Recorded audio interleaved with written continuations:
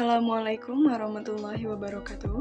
Perkenalkan, nama saya Nadia Pratiwi, NPM C1C020-142. Baiklah, kali ini saya akan membahas tentang revenue atau pendapatan. Revenue atau pendapatan ini dibahas dalam PSAK nomor 3, di mana pada tahun 2020 kemarin sudah diterbitkan 3 PSAK terbaru, salah satunya PSAK 72. Itu menyangkut PSAK terkait pendapatan dari kontrak pelanggan, dan PSAK 72 ini menggantikan beberapa PSAK dan ISAK. Jadi, PSAK 72 ini merupakan adopsi IFRS 15 Revenue from Contract with Customer Effective atau pendapatan yang berasal dari kontrak pelanggan. PSAK dulu yang digantikan oleh PSAK 72 ini adalah PSAK 23 tentang pendapatan atau revenue, PSAK 34 tentang kontrak konstruksi pelanggan, perusahaan seperti Waskita Karya dan yang lainnya. Mereka memiliki PSAK kontrak konstruksi. Di dalamnya berkaitan dengan bagaimana pengakuan pendapatan kontrak konstruksi. Kemudian ada ISAK 10 yaitu program loyalitas pelanggan, dan ada ISAK 21 tentang konstruksi real estate. Pengalihan aset dari pelanggan di dalam ISAK 20, PSAK 44 tentang ekuitas dan real estate. Semua PSAK dan ISAK memiliki aturan atau standar yang berkaitan. Dan dicabut, kemudian diganti dengan PSAK 72. KI juga lebih banyak memberikan pelatihan PPL tentang PSAK 71 keuangan, PSAK 72 tentang kontrak pelanggan, dan PSAK 73 tentang sewa. 5 elemen utama yang akan kita jumpai di dalam laporan keuangan. Yang pertama itu ada aset, yang kedua ada liabilitas, ketiga ada ekuitas, yang keempat ada pendapatan, dan yang kelima ada beban. Itu akan dijumpai dalam laporan posisi keuangan, dan 2 elemen terakhir tersebut akan dijumpai laporan laba rugi dan penghasilan komprehensif lain. Selanjutnya itu adalah penghasilan atau yang sering kita kenal dengan income. Penghasilan atau income ini adalah suatu peningkatan manfaat ekonomis atau kenaikan manfaat ekonomis dalam satu periode. Kita melaporkan penghasilan itu dalam satu periode, apakah itu bulanan ataupun dalam tahunan. Tandai dengan adanya aliran kas masuk dan adanya peningkatan aset selain kas, adanya penurunan liabilitas. Jadi, kita bisa mengatakan adanya income atau kenaikan manfaat ekonomi itu saat ada penurunan liabilitas. Utang yang dimiliki oleh perusahaan menurun, maka itu juga disebut dengan kenaikan ekonomis.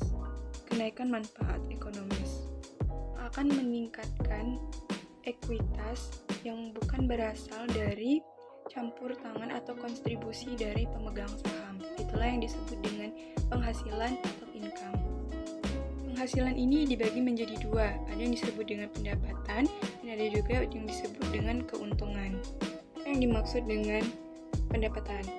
Definisi pendapatan ini hampir sama dengan penghasilan. Jadi, pendapatan adalah kenaikan manfaat ekonomi dalam satu periode yang ditandai dengan adanya aliran kas masuk dan adanya peningkatan aset lain selain kas. Penurunan liabilitas dari aktivitas utama perusahaan. Meningkatkan ekuitas perusahaan dan bukan berasal dari kontribusi dari pemegang saham. Dengan prinsip pengakuan pendapatan. Pendapatan diakui ketika jasa atau barang sudah kita berikan kepada customer. Dan ketika kemungkinan besar atau probable, kemungkinannya itu di atas 50%, adanya manfaat ekonomi yang akan mengalir ke entitas. Kemungkinan perusahaan akan mengakui pendapatan berdasarkan jenis perusahaannya. Yang pertama, perusahaan dagang. Itu ketika kita sudah memberikan barang dagangan kita kepada pembeli, bukan ketika menerima uang dari pembeli, karena kita menganut accrual basis. Kemudian pada perusahaan jasa, yaitu ketika kita sudah memberikan jasa, bukan saat kita menerima uang. Dan mengakui pendapatan lebih awal atau ditangguhkan. Pengakuan pendapatan lebih awal dapat dilakukan ketika saat perusahaan memiliki keyakinan tinggi atas jumlah uang yang akan diterima. Lalu, kapan kita harus menunda untuk melakukan pengakuan pendapatan? Pertama, ketika tingkat ketidakpastian mengenai jumlah pendapatan yang akan diterima atau pengeluaran uang yang cukup tinggi. Kedua, penjual tidak merepresentasikan penyelesaian substansi dari proses penjualan. Lalu bagaimana saat kita memberikan diskon kepada orang yang membeli dengan partai besar? Maka untuk kasus itu, pendapatan harus diukur dengan nilai wajar, imbalan berapa yang akan diterima. Jumlah yang akan kita terima nanti itu tidak sebesar dengan harga jual, tetapi harga yang sudah kita kurangi dengan diskon. Maka kita akan mencatat piutang kita sebesar nilai bersih, yaitu penjualan dikurangi diskon. Bagaimana jika pembayarannya ditangguhkan? Maka nilai wajar akan ditentukan dengan pendiskontoan seluruh penerimaan di masa yang akan datang dengan menggunakan bunga tersirat. Menggunakan tingkat bunga tersirat. Bagaimana dengan penjualan barang yang akan ditukarkan? Jika barang dan jasa yang untuk ditukarkan untuk barang dan jasa yang memiliki nilai dan sifat yang serupa, maka pertukaran tersebut tidak dianggap sebagai transaksi yang menghasilkan pendapatan. Tapi jika barang atau jasa diberikan untuk dipertukarkan dengan barang atau jasa yang tidak serupa, maka pertukaran tersebut dianggap sebagai transaksi yang menghasilkan pendapatan.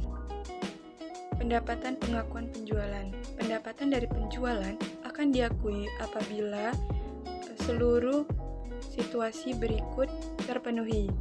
Yang pertama, entitas sudah memindahkan kepemilikan, risiko dan manfaat secara signifikan kepada pembeli. Yang kedua, entitas tidak lagi melanjutkan pengelolaan terkait atas kepemilikan barang ataupun melakukan pengendalian efektivitas barang yang dijual. Dan yang ketiga, pendapatan tersebut dapat diukur dengan andal. Yang keempat, kemungkinan manfaat ekonomi dari transaksi tersebut akan mengalir kepada entitas. Dan yang terakhir, biaya yang terjadi atau yang akan terjadi sehubungan dengan transaksi penjualan tersebut dapat diukur dengan andal. Itu penjualan tagih dan tahan atau bill and hold. Pengiriman ditunda atas permintaan dari pembeli, tetapi pembeli memiliki hak atas barang dan menerima tagihan. Pendapatan diakui pada saat pembeli memiliki hak milik apabila yang pertama, kemungkinan besar penagihan akan dilakukan. Yang kedua, barang yang ada di tangan penjual dapat diidentifikasi dan siap untuk dikirim ke pembeli pada saat penjualan diakui. 3. Pembelian secara khusus mengakui adanya instruksi penangguhan pengiriman. Dan yang keempat, syarat-syarat lazim tetap berlaku. Kemudian selanjutnya adalah instalasi dan inspeksi. Pendapatan biasanya diakui pada saat pembeli menerima pengiriman dan instalasi serta inspeksi telah diselesaikan. Namun pendapatan diakui segera setelah pembeli menerima pengiriman ketika yang pertama telah melakukan proses instalasi sederhana.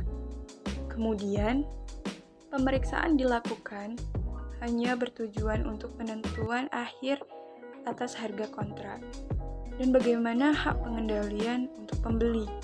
Jika terdapat ketidakpastian atas pengembalian atas barang, pendapatan diakui ketika pengiriman telah secara resmi diterima oleh pembeli atau barang telah dikirimkan dan jangka waktu untuk penolakan telah berlalu. Tidak mencatat penjualan sampai semua hak-hak pengendalian kadaluarsa.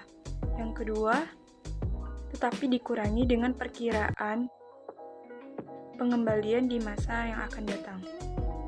Ini adalah penjualan konsinyasi. Penjualan konsinyasi terjadi saat penerima atau pembeli atau disebut juga consignee berjanji untuk menjual barang atau pengirim atau penjual atau consignor. Pendapatan diakui oleh pengirim pada saat barang telah dijual oleh penerima kepada pihak ketiga. Penerima tidak mencatat barang sebagai asetnya. Pengirim akan mendapatkan laba atas penjualan dan pengirim mendapatkan komisi atas penjualan. Adalah penjualan cicilan atau installment sales yang terkait dengan harga penjualan tidak termasuk bunga.